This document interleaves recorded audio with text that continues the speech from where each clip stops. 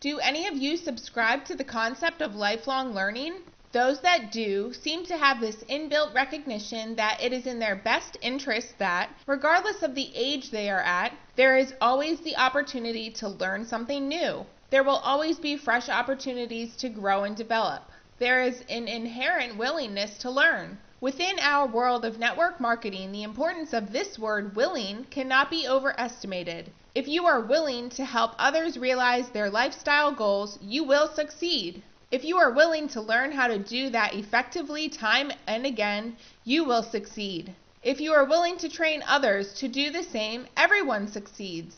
So, if the right training at the right time is the difference between success and failure, how do you get people to be willing to learn? The only way anyone is going to be willing to learn is through the realization that they will definitely benefit as a result of going through the learning process. So basically, you cannot get people to be willing to learn.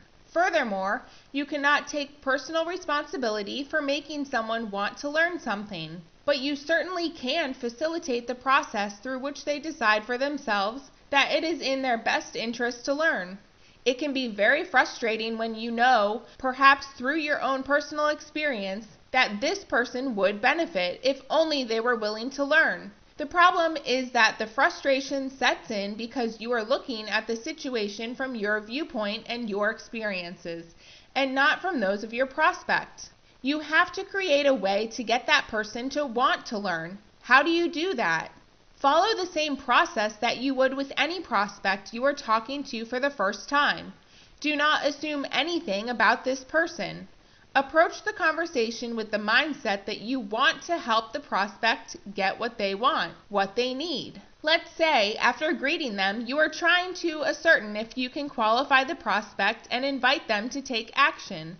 When you're talking with them, that person says, "I want to quit my job." In other words, the reason they may want to get into the business in the first place is to quit their job. The important point here is that you can't make this person want to learn, but what you can do is help them quit their job. Do you see where the emphasis needs to be placed?